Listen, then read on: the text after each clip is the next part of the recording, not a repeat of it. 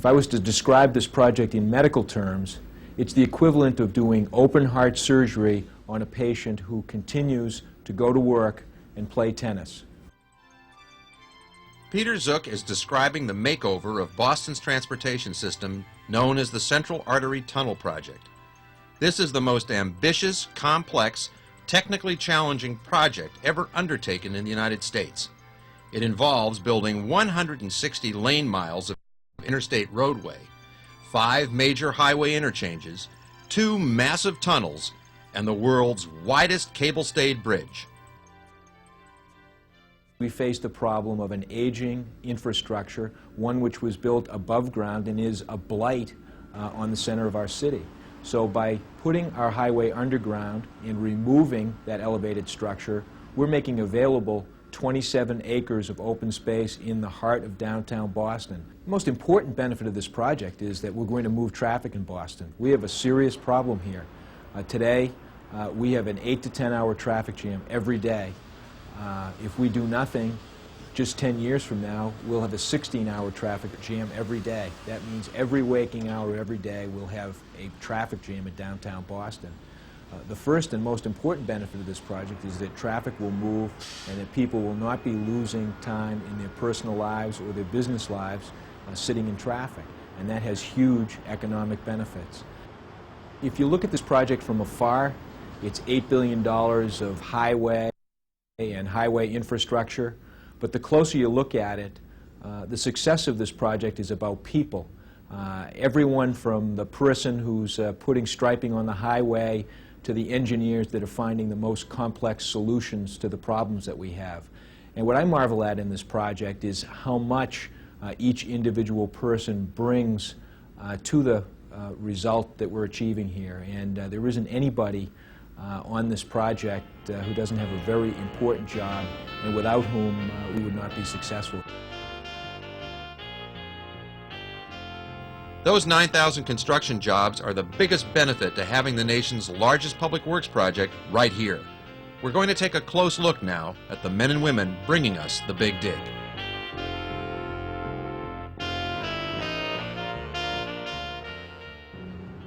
In the early 1990s, when the superscoop dredged the harbor floor to make way for the new Ted Williams Tunnel, now open to commercial vehicles, it was hard to see progress. Now, the project that never sleeps is the constant companion of life in Boston, and the arduous task of rebuilding the city's infrastructure is obvious to everyone. What is less obvious is how technological innovations are being combined with old-fashioned hard labor to depress the above-ground skyway and to elevate new segments of the workforce.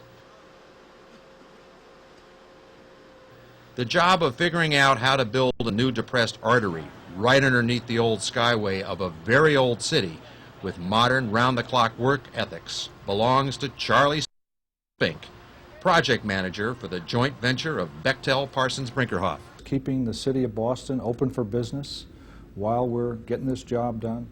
This means keeping the streets open during the daytime, and to do that we've got to do a lot of work at night. It means keeping the people in the areas that we're working through living in a comfortable fashion while we're doing that. As far as the work that's going on, we have several high-tech type things that we're doing here on the project. We're using slurry wall technique. Now, slurry walls have been around for a long time. We did some slurry walls in the Civic Center station on the BART system in San Francisco way back in the 60s. However, the equipment we were using then is nowhere near as sophisticated as it is now. I mean, you drop equipment in a hole now, and there are sensors that the operator has that keeps it completely vertical and on alignment all the way through, so you don't have to worry that when you pull it out and put in some concrete, it's right where it's supposed to be. We're using some tunnel jacking techniques. If you can imagine a tunnel that's 40 feet high, 80 feet wide, and 300 feet long being jacked, that's kind of like jacking a 30-story building sideways through the ground.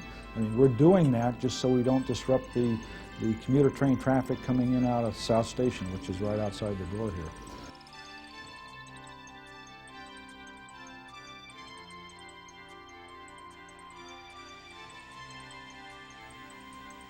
The new Seaport Access Road will extend the Massachusetts Turnpike, which is I-90, under the 4-Point Channel and through the industrial area of South Boston to connect with the Ted Williams Tunnel, which leads to Logan Airport and points north, for all vehicles by the year 2001.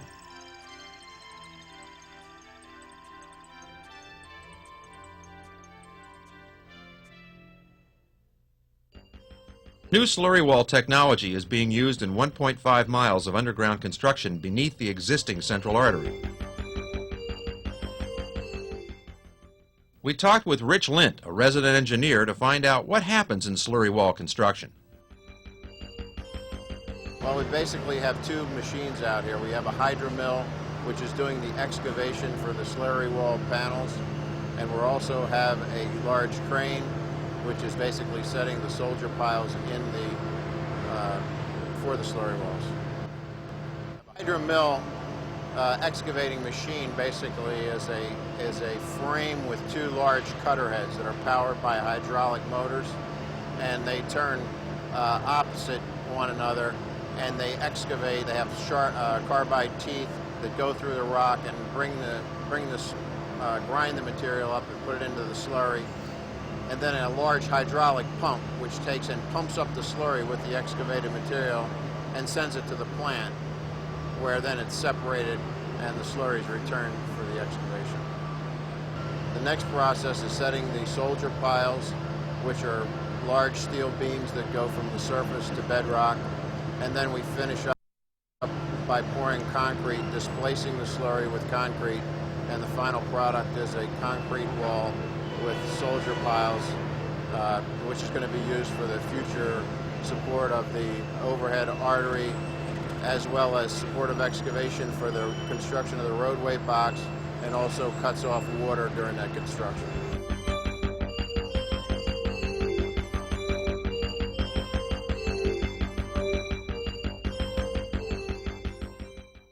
The underground highway construction will take a decade to complete. Even with modern equipment, the plan to move 240,000 vehicles each day along an underground highway is creating a new labor force in Boston.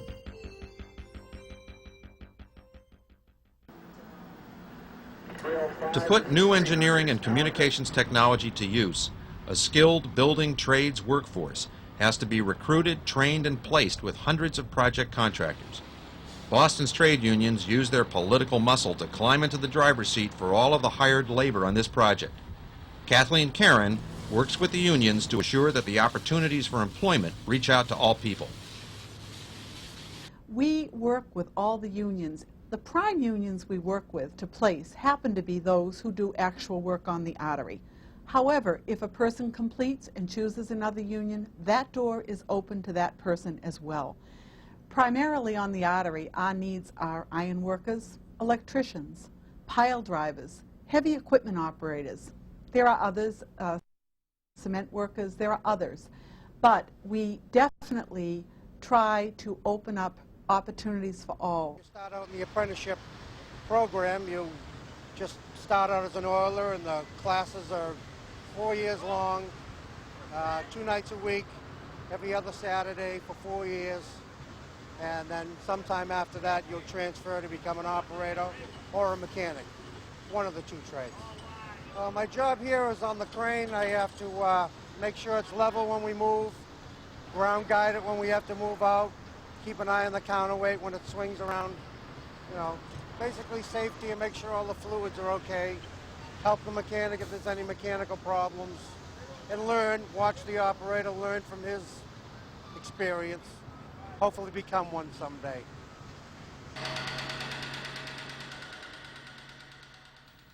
The Construction Occupational Health Project is located in the Work Environmental Department at the University of Massachusetts in Lowell. This is one of 15 research centers around the country that receive money to study the construction occupations from the Center to Protect Workers' Rights at the AFL-CIO. So while graduate students followed workers around, we followed along to learn how safety and injuries affect worker retention.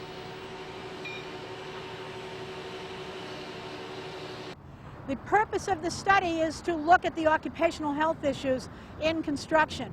a very important issue because everyone agrees that construction is one of the 3 most hazardous occupations. There's some disagreement whether it's first, second, or third, but everyone agrees it's one of the top 3. And until about 1989, very little research was done into occupational health in construction, primarily a phenomenon of what I call the lazy scientist. It's a very, very difficult industry to study because the workforce is so mobile and because the workstation, which is the unit by which occupational health specialists study work, is transient. It is the job of construction to construct and deconstruct the workstation. So it's hard for scientists to get a handle on the hazards that are involved in construction.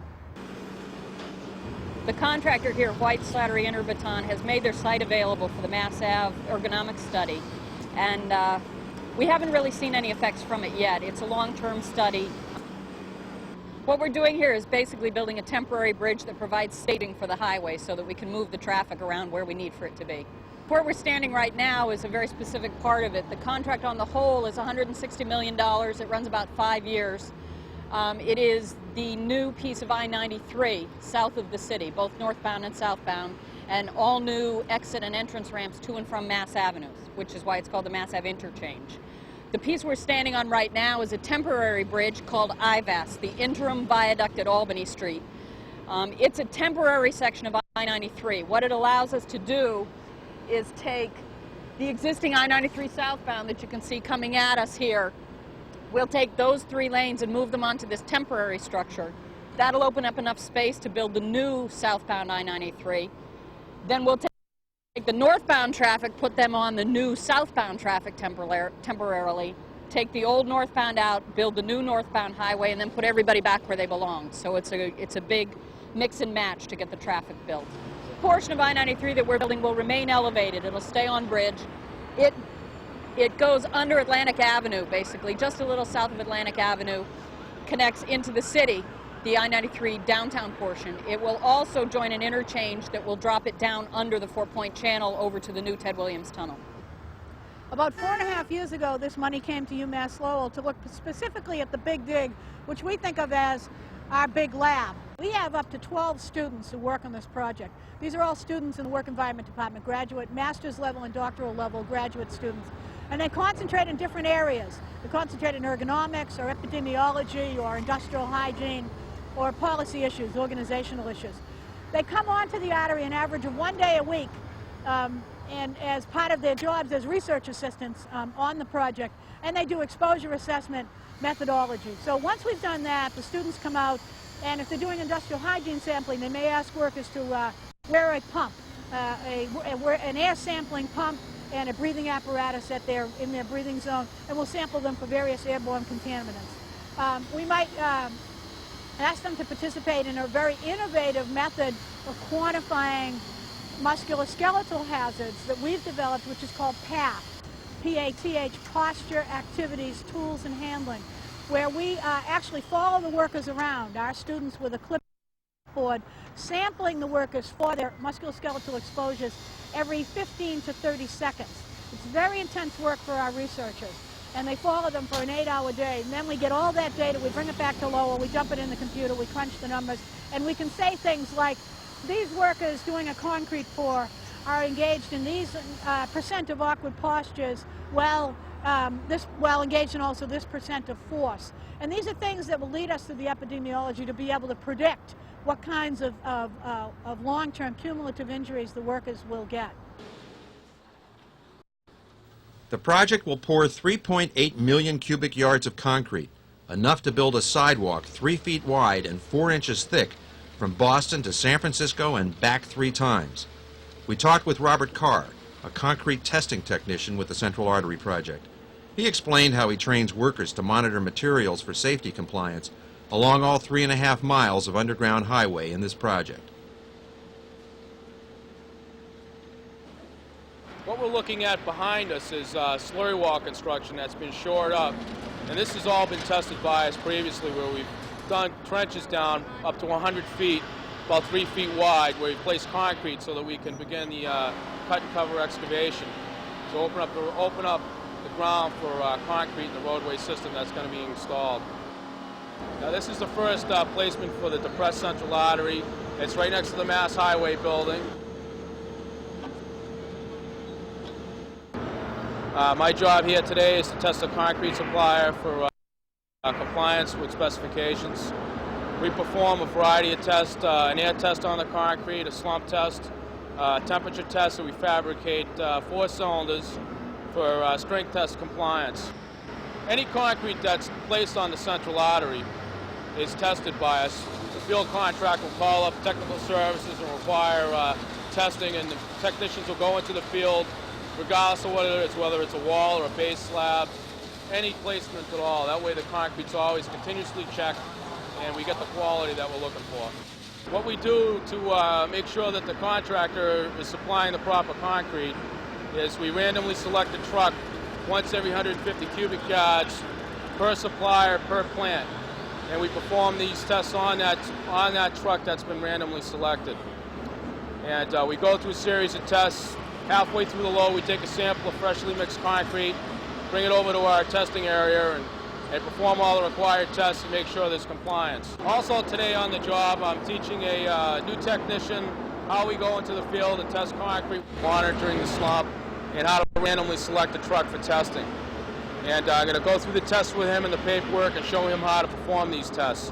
One of the benefits of working on the central artery is that there's a high level of training, that everyone that comes onto the project is trained thoroughly in concrete testing. Not only do they have state licenses, but federal licenses as well.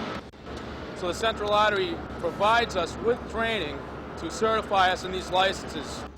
Usually what we have is we have a plant representative from either Boston, Santa Barbara, Prime, whatever concrete company is supplying at the time. We coordinate our activity through him.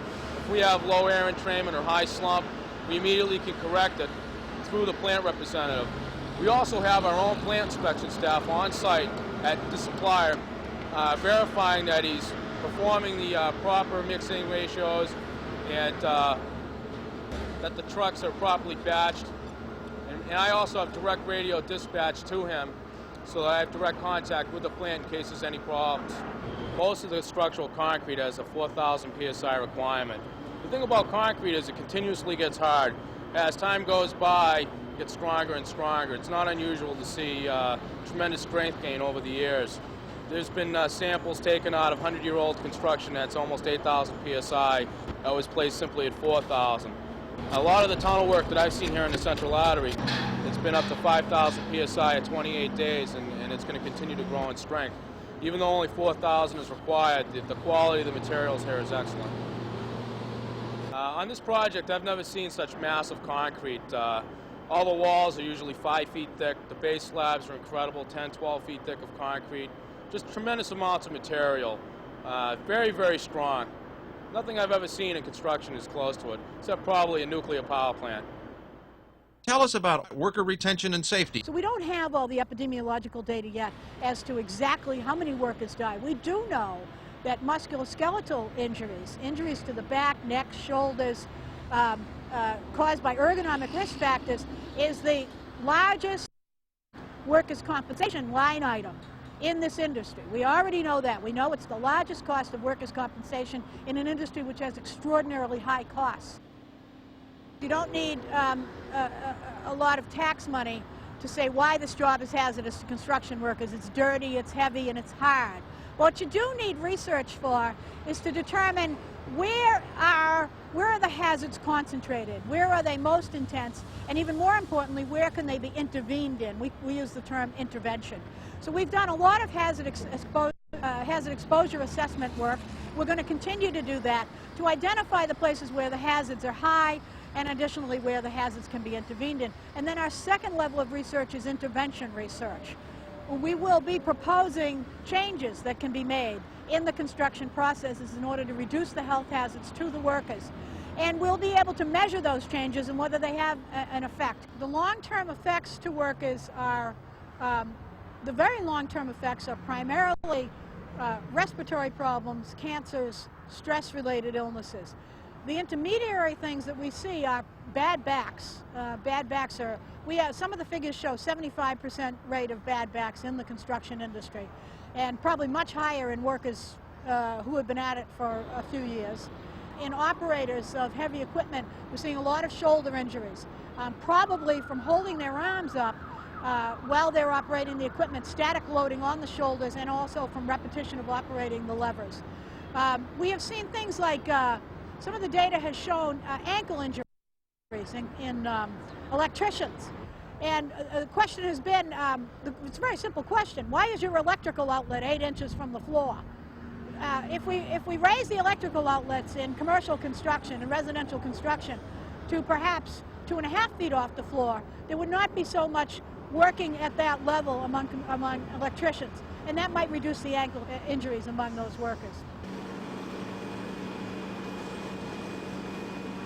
Okay, so any of us who have bent over to plug in the computer or to unplug the vacuum cleaner are now interested in what Susan and her researchers might discover with practical applications for our lives.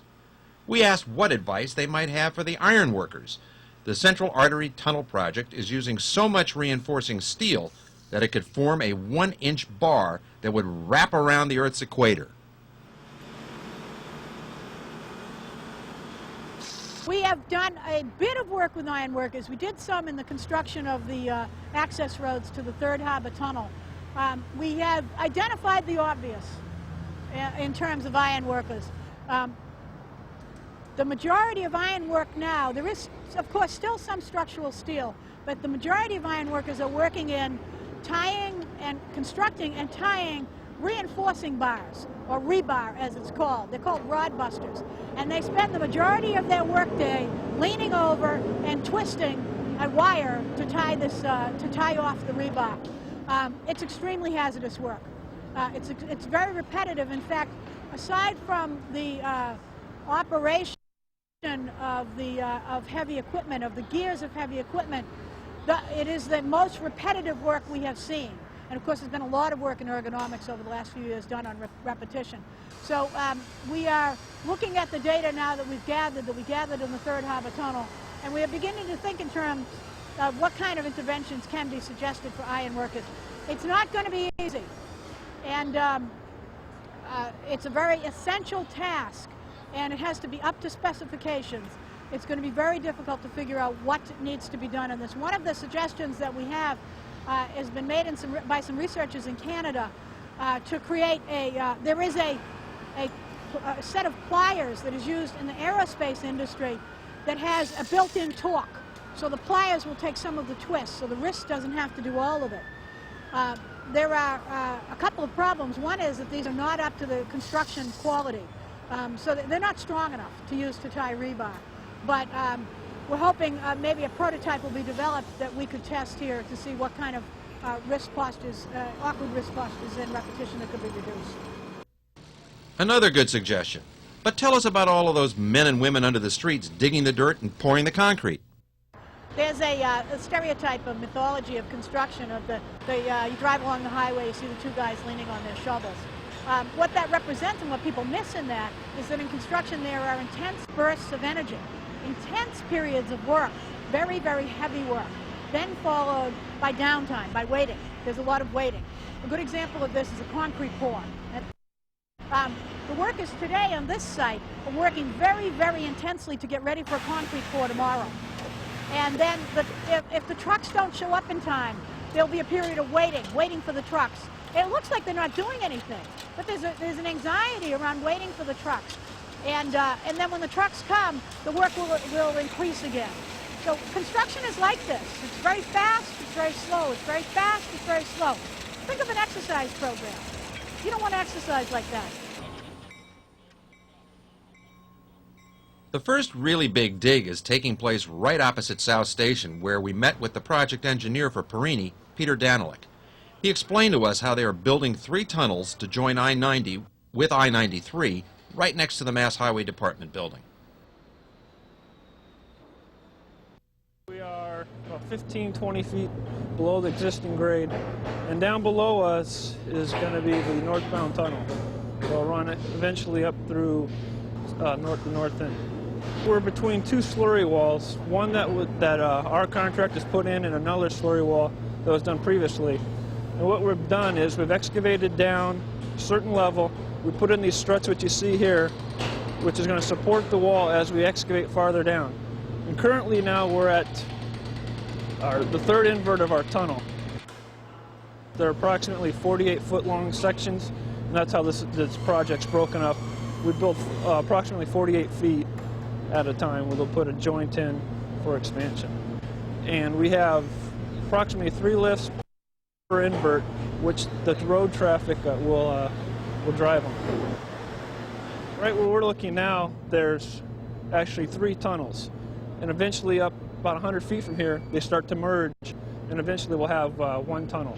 That will be all northbound traffic, 4 lanes. And the way the equipment comes in, we have the crane overhead that lowers the equipment down into the hole, and we push it to one side. Got it? Yeah. We have another machine up on top that excavates down, big clam, excavates down, loads it in trucks to get it out of here.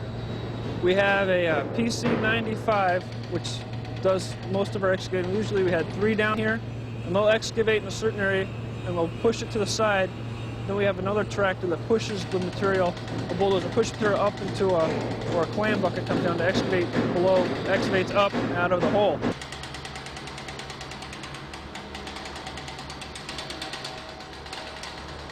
And also on the 95, we have a hole ram that hits into existing slurry walls for a keyway.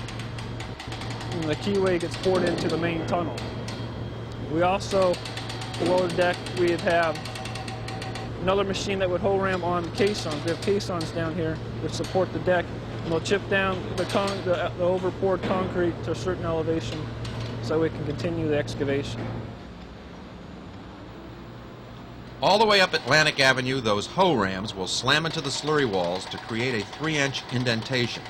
This will be used to secure a base for the deck, walls, and floor of the tunnels.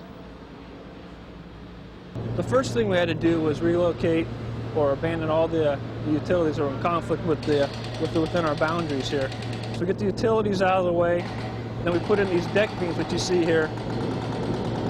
Continue excavating down. As we excavate down, we put in the cross bracing of these pin piles which support our deck.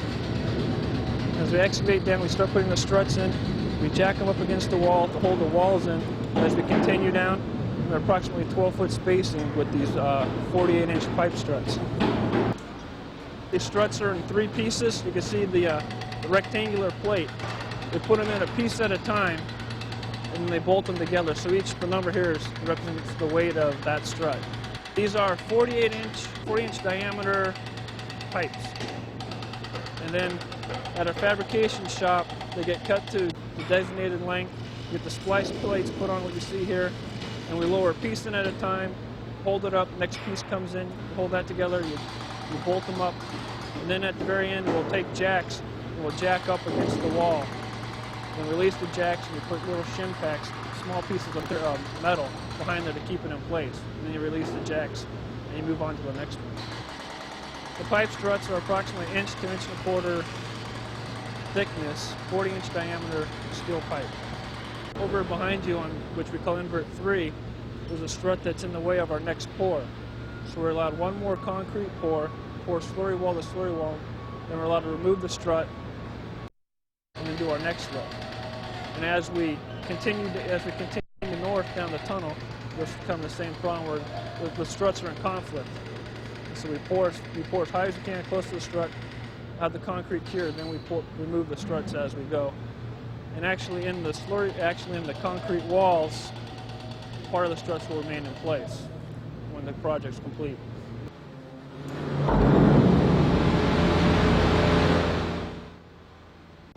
Before a road surface can be placed on the 12.5-foot thick invert, the crew must pour 1 more lift of 3.5 feet. They poured a 5-foot lift and then a 4-foot lift over the last several weeks to prepare the roadway. When we're all done here, the walls are up. We have roof girders that go across from slurry wall to slurry wall, and then we have a 12-inch protected or 12-inch concrete slab on top of there, and we waterproof the tunnel. And then we put a 2-inch protective course, and once that's all complete, then we go in and backfill all the way to existing grade. Then once we're done backfilling everything, the existing surface road Atlantic Avenue will be above us. The slurry wall construction began in 1995 near the north end and continues today along the entire artery alignment to the new bus terminal behind South Station. To most of us, it's a sea of blue and yellow barriers, but to Cliff Lawrence and other apprentices who are digging to relocate 29 miles of utility lines and excavate an 8 to 10 lane highway, it's the security of work that will last for years.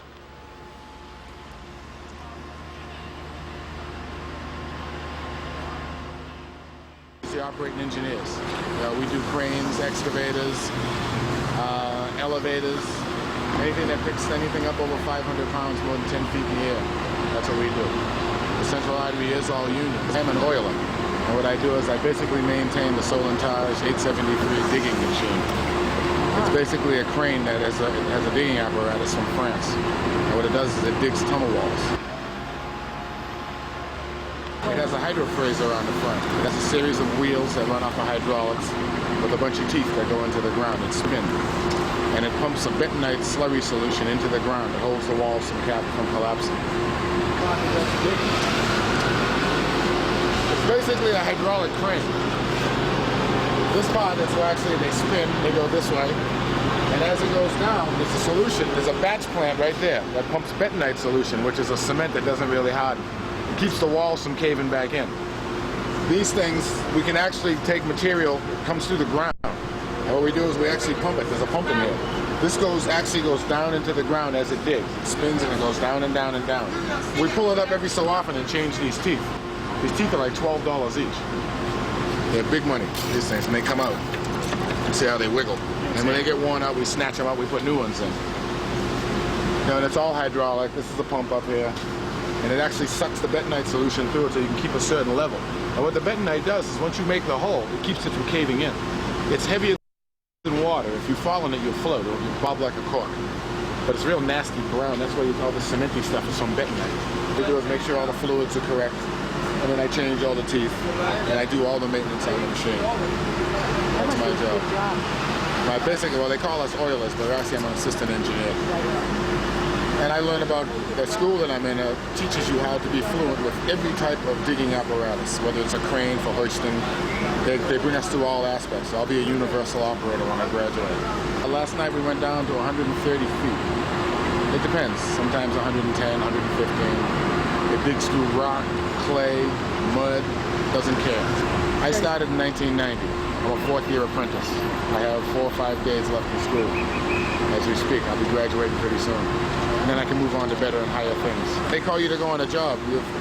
I work from 5:30 to 6. So, it could be a 7 in the morning till 3 in the afternoon. It could be 5 o'clock at night until 5 in the morning. It could be Sunday, Monday, Wednesday. When they call you, you go. You have a lot of experience, and they actually train you on different equipment. So it's something you can carry around for the rest of your life. It's a real good, hard-working, good trade. And it's really, really, really, really nice. I like it. I love it. I'm having a blast. I get dirty and I get greasy, but it's fun. Well, the work's there's going to be more work. Once we get the walls done, we'll start excavating for the tunnel. And then there'll be a lot of work. There'll be a lot of machines and a lot of people. There'll be a lot of traffic and gridlock, a lot of trucks. I do all right. Yeah. Between 30, 40. You can actually make $75,000, $80,000, $90,000 a year. If you get on the right job and there's a lot of overtime, etc.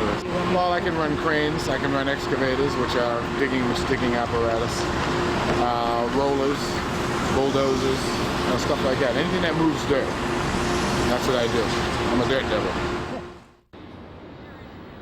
For the next 8 years, while the Dirt Devils and their machines continue to dig out a new 8 to 10 lane depressed central artery, we'll still be riding on the old 6-lane elevated skyway right above their heads. While some folks are reaching new depths, others are reaching new heights. 10% of the workforce trained at the artery are coming off of transitional assistance and into full-time employment. I became a carpenter June 3rd, 1996. I will be a second-year apprentice in April. I've cut studs and did a little bit of track, helped journeymen. Okay, I never thought about being a carpenter until I became a secretary of women in the building trades. I attended a workshop one day, and I seen a lot of the women doing things with their hands. I knew I could do it. And I went through the whole pre-apprenticeship program that Women in the Building Trades offered. And then when I completed that, I went for the interview with the unions. I applied to the Carpenters Union. And a couple of weeks later, they sent me a letter saying that I was accepted. Then it was up to me to find a job. That happened before I got a chance to go to the union hall and put my name down. A friend of mine that worked where I work now said that they needed a woman apprentice minority. So I went and they hired me the next day. Of Heights, that's why they put me on the lifts. And I'm over it now.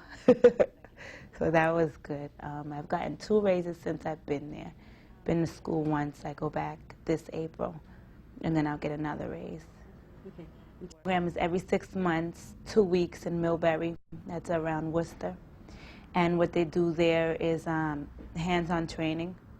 They try to teach you the latest stuff with technology, all the new stuff that's coming in. They want apprentices to know so that when the time comes for them to do it at the work site, they're familiar with it and at least feel comfortable enough to be able to do some of the stuff.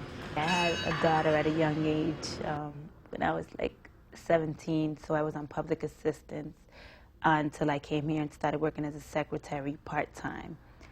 I lived with my mother. I had no car.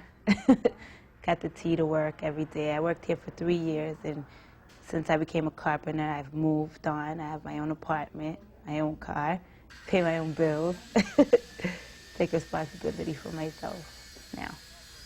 But I think now, since I'm working in the trade as opposed to being on public assistance or having a job that isn't paying as much and steadily increasing, like the carpenter job, my daughter could have a better use growing up than I myself did. My mother's been on public assistance ever since I was born. She just now got a job, but since she didn't go to school too much, and maybe she should have gotten into this because she's got little jobs she hates, and that's not what I wanted for myself or my daughter. I want to put her through school and stuff. We're going to move a lot of concrete over the next couple of years. The Paul Revere Landing Park is the first park that's being built actually right here next to our construction site.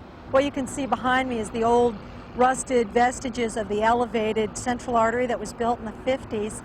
What's going to be replacing it is a beautiful new cable stay bridge.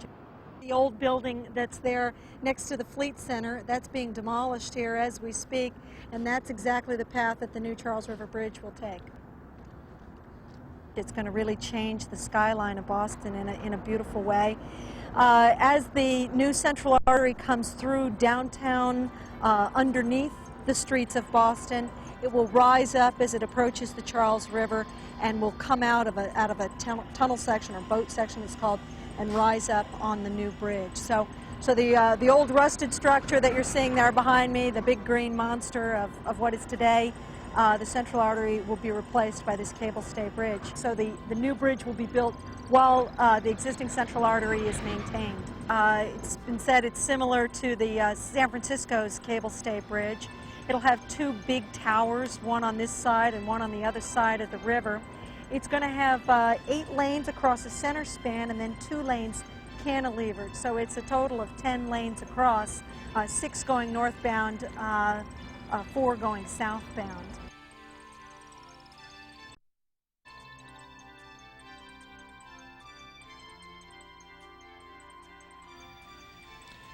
On the Cambridge side of the river, 3 new loop ramps will replace the temporary Cana loop ramps that come onto I-93 from the Tobin Bridge.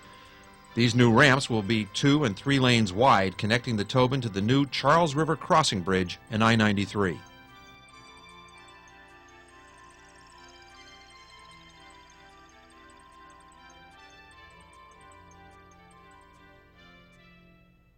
Special efforts been made by the traffic engineers to ensure that the connections are actually going to be a lot more smooth and speed up the flow of traffic from what you have today in that area. The design of the bridge has also tried to take into account, or has taken into account, the community's needs and the community's concerns. We're in a little bit different position here than the downtown contracts. We still do have a number of very serious mitigation measures that we do to preserve the quality of life that exists out here. We have a small river that's here. It's called the Millers River that we've lined with hay bales and fencing, silt fencing it's called, to make sure that there's nothing that goes into the river during any portion of our construction. So it's an environmental protection. We also, as we're digging and drawing water out of the soil, make sure that none of that water goes directly into any of the drainage structures that there. That's an environmental measure. If we create getting even near the limits of noise or dust in any areas, we quickly go out and look at our construction techniques and see in what ways we can bring it down. Noise is not really as big an issue in this area. You've got the railroad tracks here just a few feet away from us and the existing elevated going overhead. So we're already in an area here that sees a lot of noise. It's more of an industrial area. Boston Sand and Gravel is here. But we do have some sensitive neighbors, and directly across the water from us is Spalding Hospital. And we take very seriously their concerns and keep a close noise monitoring. I'm proud to say we haven't had any noise generated from this contract that's created even audible noise over on the other side at the Spalding. We entered into agreement to take the hospital if we built a certain type of bridge with a ramp that went through the hospital. We're not building that. We're working around them. Our experts tell us that the noise that the hospital generates itself is going to be greater than the noise generated by the construction. The Fleet Center was built next door. The hospital itself had substantial development plans for the site itself. As a matter of fact, all of the early meetings we had with the hospital were about their development interests, not about mitigating around their patients. So, you know, we think that the Commonwealth has been sued because we're a deep pocket, and they want us to bail them out of a business problem. Spalding Rehabilitation Hospital and Partners Healthcare spokeswoman Peggy Slazeman says not true. Our lawsuit is to ensure that we can maintain a high level of patient care. While they fight with the Commonwealth in court, Susan Moyer is battling the traditions that increase worker injuries and fatalities. While a lot of people do die in this industry from falls, from electrocutions, those kinds of safety-related injuries, we know that more people die kicked back in the Strata Lounger on a Friday night of a heart attack or in a hospital with tubes up their nose from respiratory problems than die of safety-related injuries. Awkward postures with this very irregular expenditure of energy, these cause health problems. These cause breakdowns of the human body, of the system, and they result in the kinds of illnesses that construction workers are getting, which we know about from the epidemiological data, are stress-related illnesses, high blood pressure, heart attacks, cardiac problems, cancers, respiratory problems, chronic respiratory problems, and in fact construction workers die an average of 10 years younger than the rest of the working population. We know that the stress and environmental hazards of construction can be reduced because we see extensive mitigation measures for neighbors of the project. The building right behind us, in fact, is the Pine Street Inn, and we've been in very close contact with them, obviously, because we're very close to them. We have periodic meetings with them. I personally know the people inside.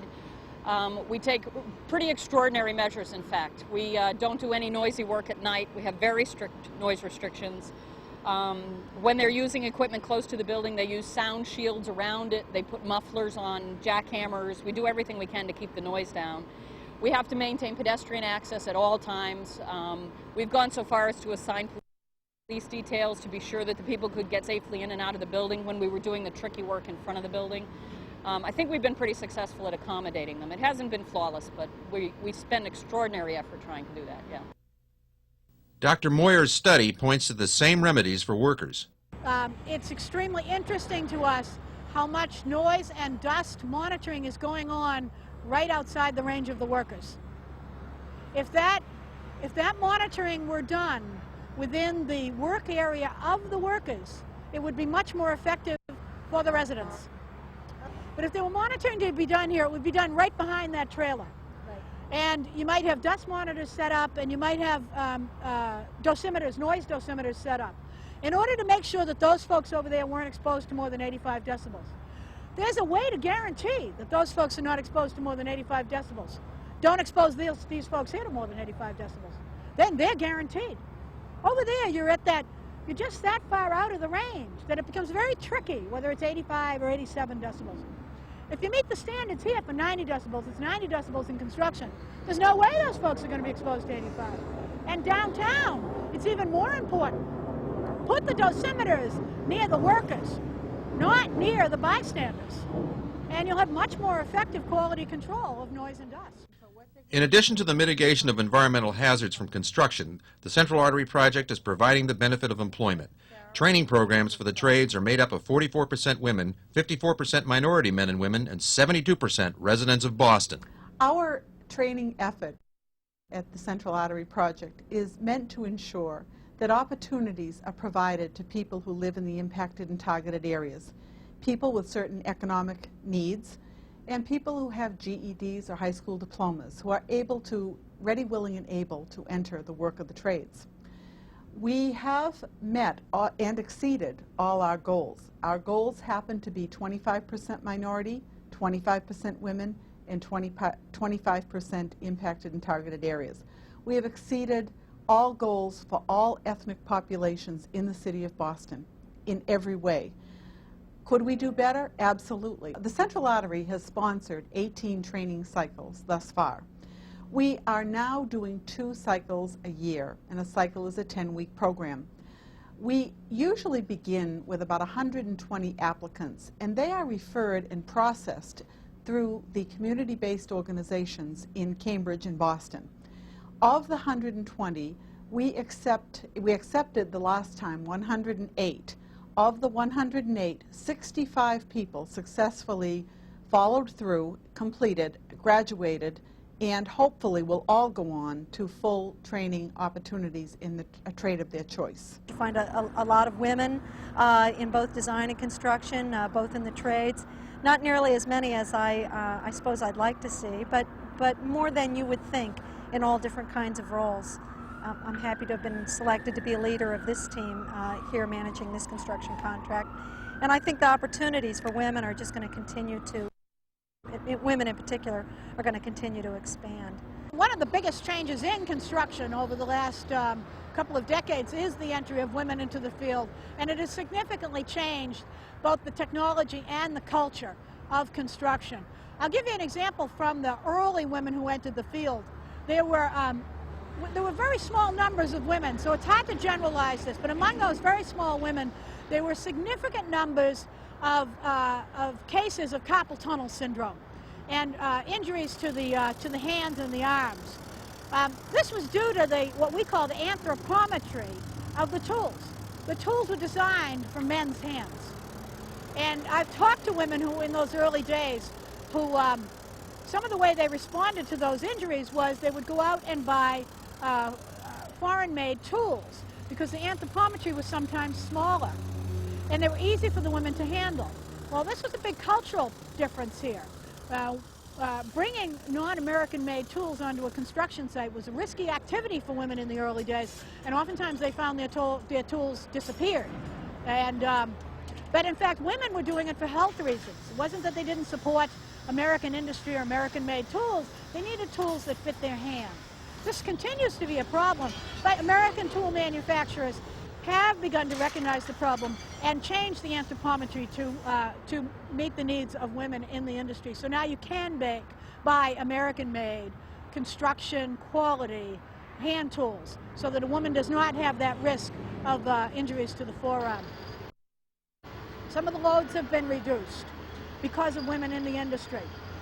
Things that men were expected to pick up, people don't expect women to pick them up, those loads. Well, that's a very good thing for everybody, because those loads were too heavy for men. But it was believed that men could pick them up, and so they did pick them up, and so they ended up with massive musculoskeletal injuries because of those. No one should pick up more than 50 pounds. Anything over 50 pounds should be picked up by a machine. Now, there were a bunch of construction workers here listening to me say that, they'd laugh out loud. And the managers would say, well, that's ridiculous. We need to have more picked up than that. No one should pick up more than 50 pounds. It's bad for you. Biomechanically, you continue to pick up more than 50 pounds, you will end up with a back injury. Guaranteed. And so the introduction of women has forced the reduction in some of the size of the loads that people pick up. I'll tell you where some of this has not been addressed. Heavy equipment and large, expensive equipment that involves capital expenditures. It is still designed for the size of men and not for the size of women. And it is very risky for women and smaller men to operate this equipment because they're engaged in activities with their bodies that will cause them problems in the future. Frequently when I'm on the job, the guys will say little smart stuff, but as far as someone touching me or really offending me, it hasn't happened. They're just funny remarks that I hear even in the street, so I don't pay it no mind. I don't let it bother me because maybe that's why they say it. Sexual harassment can be prevented. It's a totally unnecessary, unacceptable behavior in the workplace. And federal laws say there are two parts: quid pro quo, which means that an employer cannot demand sexual services or sexual favors from an employee, regardless of the gender. And a hostile environment is that you cannot have these kinds of egregious activities in a workplace where it would make individuals uncomfortable and that they cannot be productive employees. So those primarily are the basic tenets of sexual harassment, which really governs everybody. Everyone has responsibility to implement this law. I'm not saying that there aren't some very serious issues, though, that do occur. I think the Central Artery senior management is a very tough position. There have been, I know, a number or some instances that over the years were brought to their attention and were dealt with very quickly, very severely on the perpetrator side. There are other women at my job, but they're not with my company, so I don't see them as much. They're like on other floors and stuff. And I don't know them that well. Everyone else is older. I'm about the youngest one there, I think. So I don't think they talk to them like that.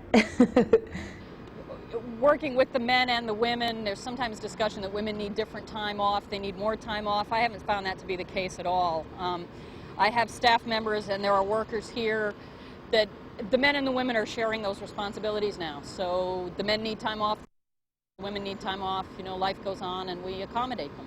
I have a couple of men that work for me that have young children and have, you'd be surprised the number of responsibilities in this day and age that they have to take on. We had one fellow who's working on the contract with me who takes his daughter to school in the mornings.